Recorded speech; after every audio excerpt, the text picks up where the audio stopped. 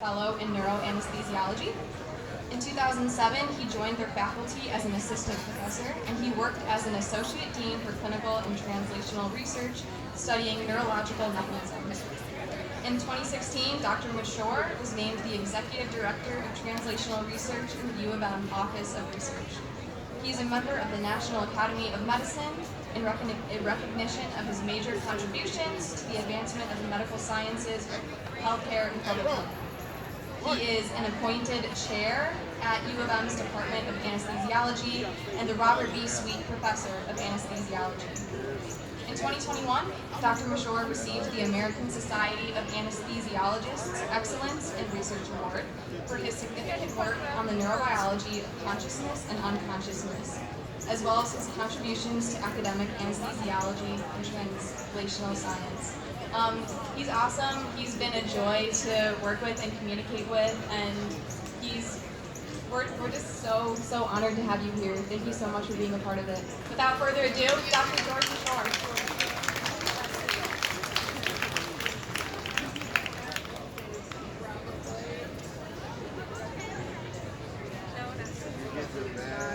Thank you so much, Emily. I'm so honored to be here, and I just want to start by expressing gratitude, first of all, to Emily for that very, very kind and generous introduction, as well as the invitation to speak, for all of her efforts this year, to Jim, to all of the organizers, to SAPS for their sponsorship and organization, as well as all the work that they do, to the other organizers, to the speakers, so many inspiring advocates, pioneers, activists, and finally to all of you for being here and also for all the work that you do. So I'm really, really honored. Emily had asked me to talk a little bit about my personal journey and academic journey leading to the Michigan Psychedelic Center. I'm going to try to keep it brief given the weather, but really it revolves around consciousness, because that is my fundamental interest. And it became my fundamental interest when I was studying philosophy as an undergraduate student. And in particular, the philosophy of mind. I was a junior, and I was reading Immanuel Kant's Critique of Pure Reason, which was published in 1781. One person applauded. But this had a profound impact on me. And I just knew, as I was reading this, that I had to make consciousness part of my formal professional life somehow. I was an abysmal science and math student in high school, but I knew that I was going to have to try to overcome that and re-engage to understand the neurobiology of consciousness. Found my way to medical school and a PhD in neuroscience. And I have to note that when I was getting my PhD in neuroscience, when I was starting, there really wasn't a field of consciousness science. Consciousness was really considered taboo to study in the academic setting, and it was really marginalized and stigmatized for most of the 20th century. It's a rather recent phenomenon that has been accepted in the academic setting. So that journey led to psychiatry and an interest in psychoanalysis, but I pivoted from there, as Emily noted, to anesthesiology, which I found fascinating clinically to be really a kind of guide to people on a very vulnerable journey during surgery and to prevent the trauma of surgery and the pain related to surgery, but also to learn how to use a really powerful set of tools to modulate consciousness. And then I came here to the University of Michigan and made a decision to focus my academic career on consciousness. So why study consciousness? Well, for me, it's not just an interesting academic question, it's just the question. It has profound scientific implications, but also clinical implications, philosophical implications, ethical implications, artistic, theological, and ultimately existential implications, because no matter who you are and where you come from, what you're interested in, we all woke up this morning and this world showed up for us.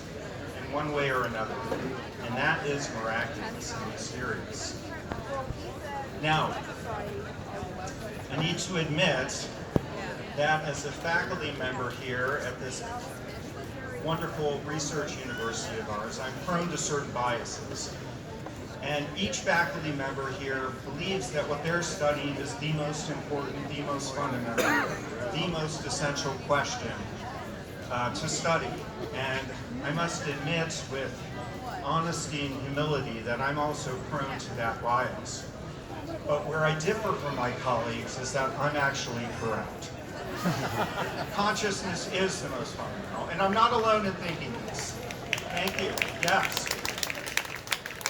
And from the journal Science, this is a really prestigious old journal of scientific inquiry, celebrated its 125th anniversary. It generated a list of the most important questions in science that had yet to be answered. The top 25 and then another 100. So 125 questions for 125 years. The number 2 question on that list was, what is the biological basis of consciousness?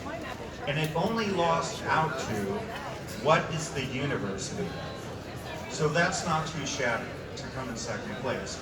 But I would argue that they got the order wrong, because we only have a concept of the universe because of our conscious experience.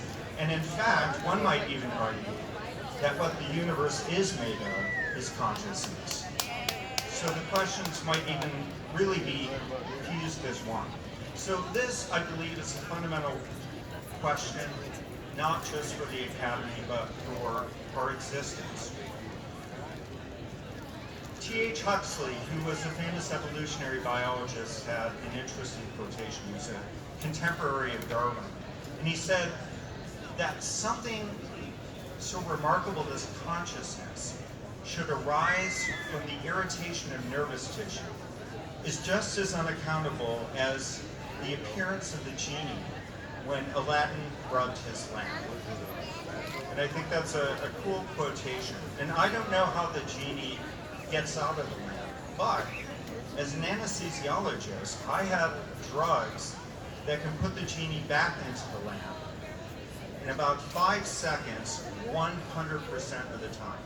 These drugs are infallible, and they represent powerful tools to modulate consciousness and understand what the brain is doing when it's in a wakeful state, and what might be happening when consciousness goes away, but a lot of really important brain functions remain.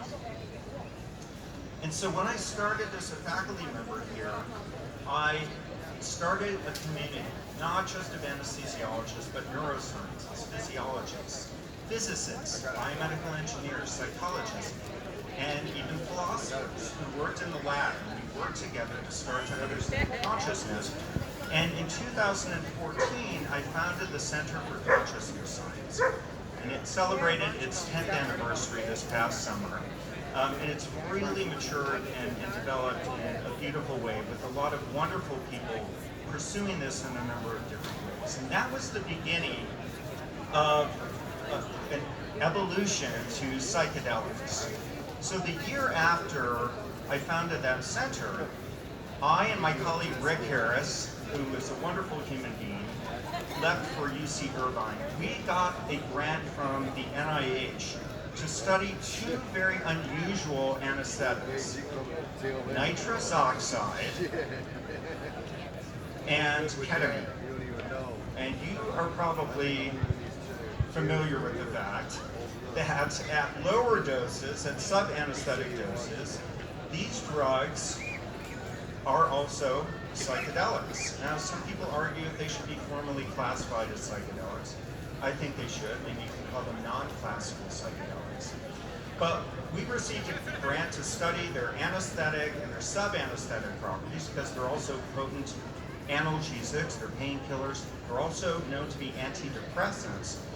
But I thought, well, we had this NIH grant, maybe we can also study the altered states. And that was really our first formal study of psychedelics. I might note, in case you are unaware, that the first studies of ketamine in humans happened right here at the University of Michigan. Did you know that?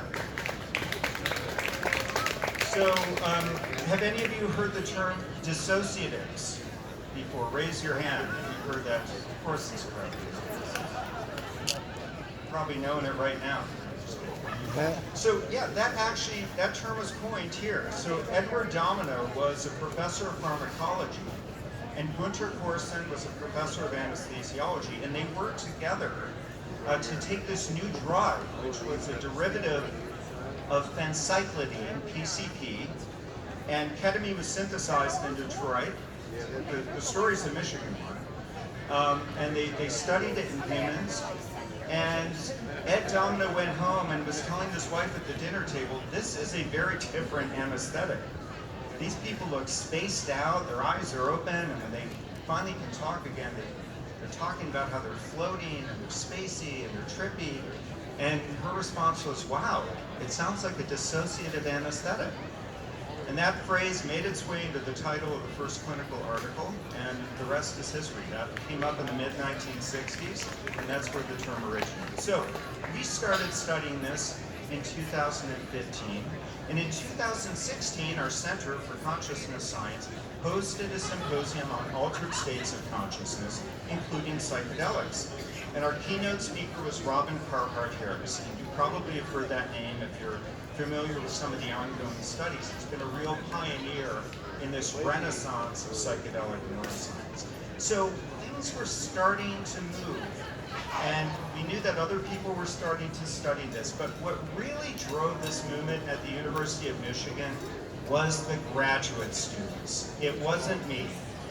It was our graduate students, and I want to have you help me acknowledge them, because it wasn't the old people, it was the young people. They were plugged in, and they were really encouraging us. They had their finger on the pulse of what was happening in the community, and it was really through them that I started to ask myself and talk to my colleagues, wow, maybe, we're studying ketamine and nitrous, but that's still within the realm of anesthesiology. Do we want to make the move to the classical psychedelics? And the answer ended up being yes. And so the graduate students helped us, and we have other pioneers who are working at the edges. And Chimo Borgigan, for example, was working on the enzymatic machinery in the human brain that might make DMT on its own. And that was something that she was working on with a graduate student, John Dean. And then we put together a symposium. I let the grad students run it. They got some incredible speakers. And what happened in 2019, in fact it was September, so it was 5 years ago, right around this time. And there was this incredible dynamic crowd that got together. It was supposed to be just an institutional symposium, and we had people driving in and flying in from out of state. Incredible speakers from around the world. And I realized, looking around, and some of you were actually present, I realized we've got a community, and we can start to build on this community. Now, I became chair of anesthesiology later that year, and then COVID hit, and of course everything shut down. But a few years later, we started to get things moving. And in 2021, I started the Michigan Psychedelic Collaborative. I thought, let's do something unofficial and just see what we have here at the university. And in fact, we had a really dynamic community that spread across the campus, not just the medical school, the main campus, the arts, pharmacy, the nursing school, the School of Music, Theater, and Dance. Lots of interested people. And so finally in 2022, I put together a formal application, and we formally founded the Michigan Psychedelic Center. Now, for a lot of fields, getting the official blessing of the university isn't really a big deal. Yeah, it makes it official. But when you're studying psychedelics, getting the official blessing of the University of Michigan is a big deal. because it adds the credibility, it adds the legitimacy, and it allows us to sit alongside with the other academic centers in order to move forward as a credible field of science.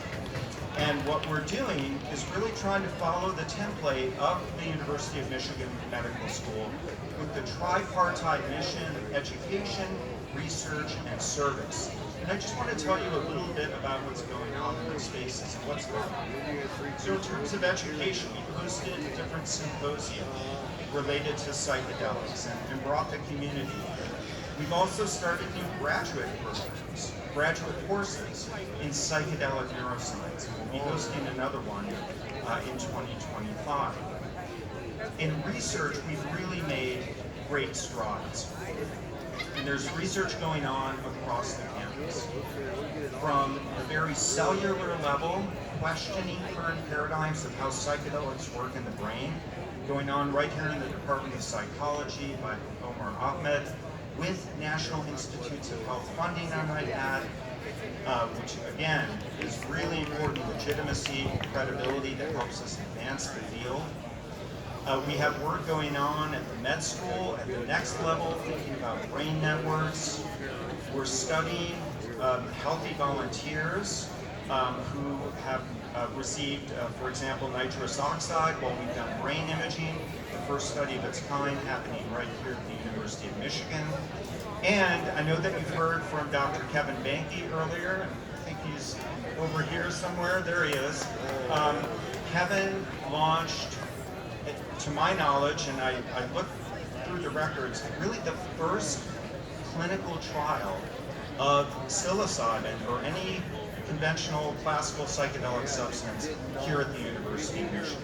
So that happened through the Chronic Pain and Fatigue Research Center as well as the Michigan Psychedelic Center. And those data are being written up. We've launched another clinical trial for refractory depression, but again with psilocybin. There's a trial on ketamine, the VA population. We're going to continue to grow that. And other exciting studies that are being planned. And in fact, we have a study going on that's really cool that brings together psychedelics and anesthetics, which are kind of mirror images of one another, using them to probe theories of consciousness, and a very cool study trying to use psychedelics to reverse the effects of anesthetics. So just a really novel concept because, again, you induce this kind of mirror image state in the brain with anesthetics and psychedelics, and we're seeing whether or not essentially they kind of neutralize one another and you generate a normal or ordinary state of wakefulness as a result. So lots of exciting studies, grants going in, a growing community, and importantly, more outreach. And I know that the outreach here at Entheofest has been an important part of the work. Kevin, Nilafar, Nick Linos, Nick Coleman, and others who might be here, Jacob Ade, who has been a wonderful addition to the faculty. And I'm really excited to announce that through the work of Kevin and Nilafar and Jake, that the Michigan Psychedelic Center and the University of Michigan and the Chronic Pain and Fatigue Research Center are going to be the home to the Global Psychedelic Survey of 2025. The first one was in 2023. Yeah, this is applause. The next one's going to launch in 2025, and Ann Arbor is going to be the home of this global psychedelic survey, translated into multiple languages.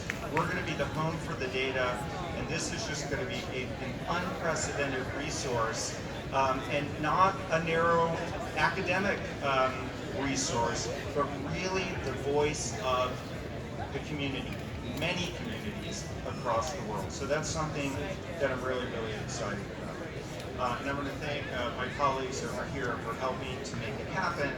And it's just a great privilege to utilize the resources that we have available to us at the Michigan Psychedelic Center to promote that kind of engagement.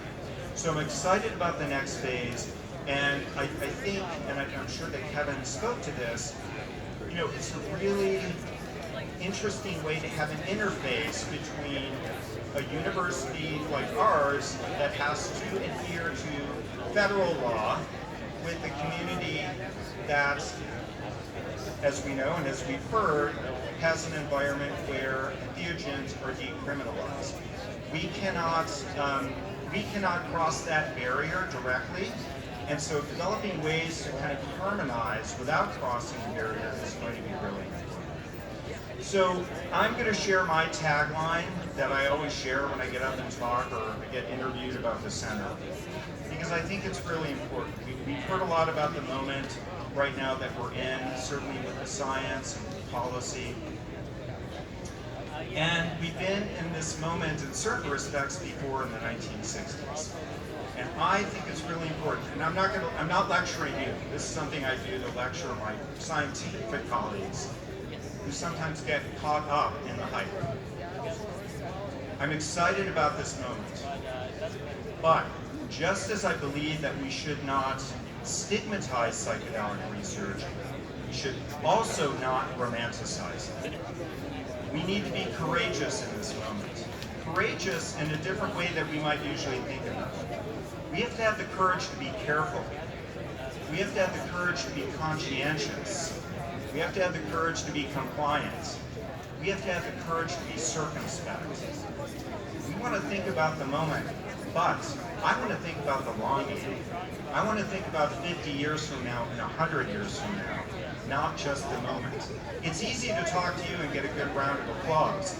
I want to think about what kind of rock solid, credible body of scientific research do I need to go to policymakers who might not be as sympathetic as the people who are here today, or to people in other parts of Michigan or the country who might still be operating under the stigmas of the past, and to present that credible, rock-solid data and convince them and make it a part and connect the grassroots organization with mainstream medicine and have this be a part of our culture for the future.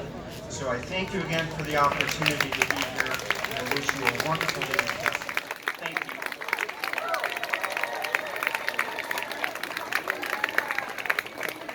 George Mashour. Thank you, Doctor.